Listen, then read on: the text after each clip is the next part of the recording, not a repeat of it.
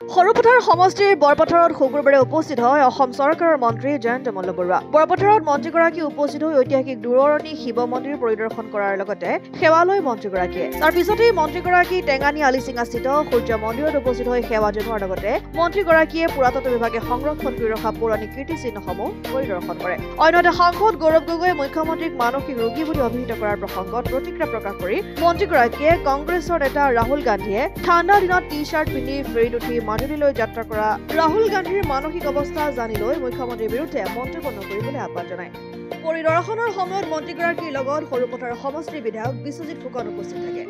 আজি মই এই বৰপথাৰ অঞ্চলৰ যিখিনি প্ৰত্নতাত্ত্বিক এৰিয়া আছে সেই এৰিয়াসমূহ চালোঁ আৰু ইয়াত যিখিনি পুৰণা বস্তু পোৱা গৈছে সেই গোটেইখিনি চালোঁ আৰু নিশ্চয়কৈ ইয়াক ঐতিহ্য বহন কৰা আমাৰ পৰম্পৰা ইয়াত নিশ্চয়কৈ আছে। ভৱিষ্যতৰ দিনত আৰ্কলজিয়ে ইতিমধ্যে এই ছাইটটো লৈ ৰাখিছে, গতিকে ভৱিষ্যতৰ দিনত ইয়াক আৰু অনুসন্ধানৰ প্ৰয়োজন আছে।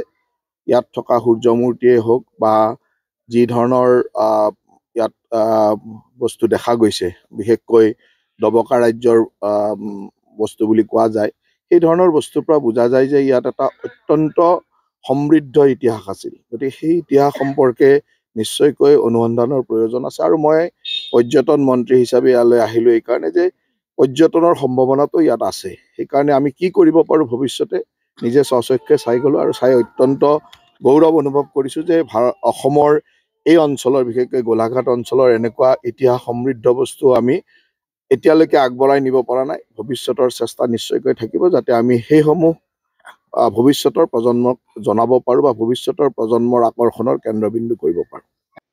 সৰুপথাৰৰ পৰা পৰাণ গোস্বামীৰ ৰিপৰ্ট, অসম আদিত্য।